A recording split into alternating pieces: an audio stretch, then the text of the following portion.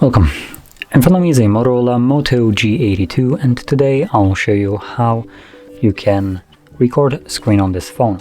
So, to get started, you'll want to pull down your notification panel, expand it, and find a screen recorder, which for me is on the second page. Once you locate it, you can either tap on it to start recording immediately, or you can hold it, and this will take you to the settings.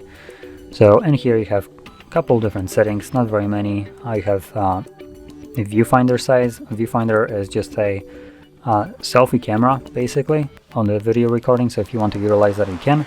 And this is going to show you the actual size on your screen that it will create, so you have small and large one, so you can choose whichever one you want. Resolution is already set to the highest one, so I wouldn't recommend changing that.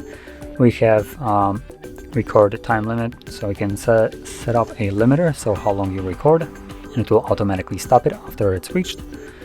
We also have file size limit if you want to select that, and record touch points, meaning it will record on the video recording. It will show where you are actually touching the display with a semi-transparent gray dot. So anyway, let's close this and get back to the toggle itself. Tap on it this time around, select start. It will start a countdown from 3, at which point it will be recording. So whatever you will do right now will be recorded by the device. So if you open up some kind of apps, obviously they will be recorded.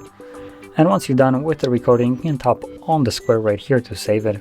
And that video recording, screen recording, will be saved to your Photos application.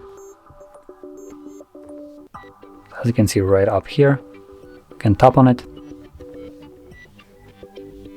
and it's already playing back. So that is how you can record your screen, and if you found this video helpful, don't forget to hit like, subscribe, and thanks for watching.